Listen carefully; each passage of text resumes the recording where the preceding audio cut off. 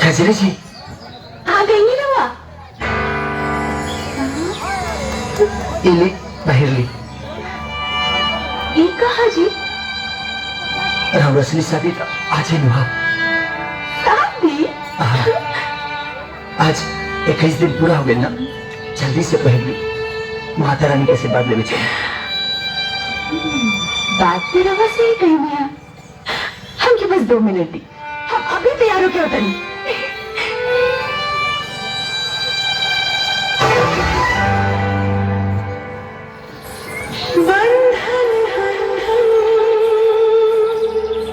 प्यार के बंधन बंधन बंधन प्यार के बंधन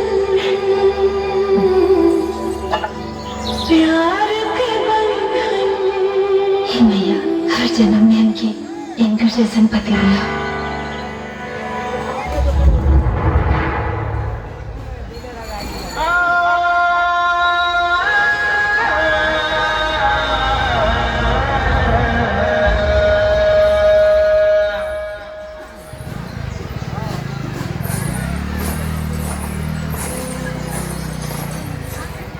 जी सोचत का बानी जी, आज से अपन नया जिंदगी की शुरुआत होके जा रही बा।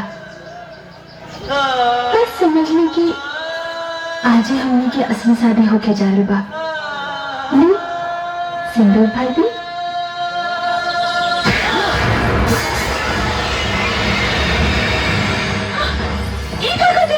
नकली कबो असली ना हो सकेला कजरी।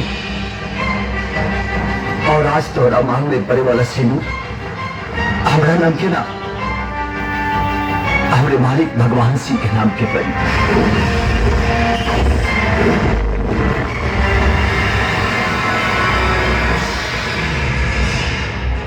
बुद्धि भ्रष्ट हो गई का देर भी ना औरत देख के मैं सुहागिन बने ले।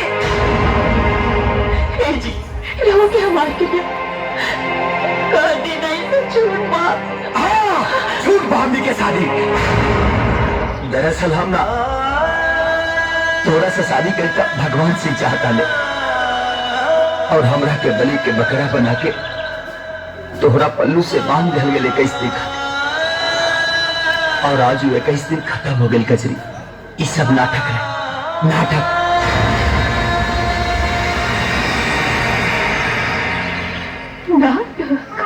रवा खातिर सब नाटक हो सकेगा, हमार खातिर ना।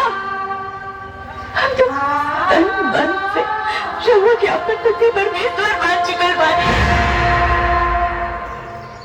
अरे ते नादान बाड़ी नहीं कजरी, नादान बाड़ी।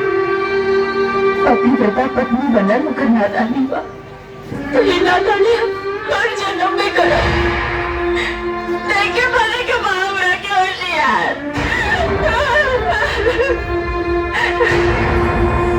मत रो कजरी, मत रो। हमारी बात समझे की कोशिश कर।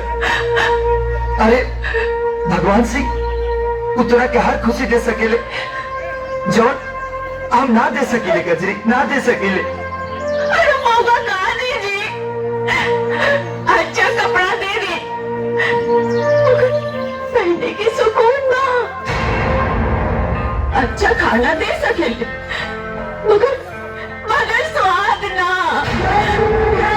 अच्छा नजर दे सकेले, मगर सोने के चैन ना। जी सब झूठ बा।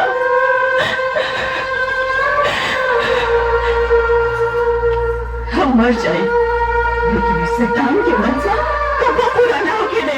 पागल मत बन कजरी, पागल मत बन। भगवान सिंह खाली नाम के भगवान ना, अरे वो हमरा खातिर सच में भगवान बारे। अब तोहरा के सही सलामत उतरा हवाले कई हमार फर्ज बा। जी भगवान के प्रसादी चढ़ावे जाला, पत्नी ना। रहल बात फर्ज के, तो हमरा लगी अब कौनो फर्ज नहीं के। शादी की मेरी बलिया रोजन सब भुला गई।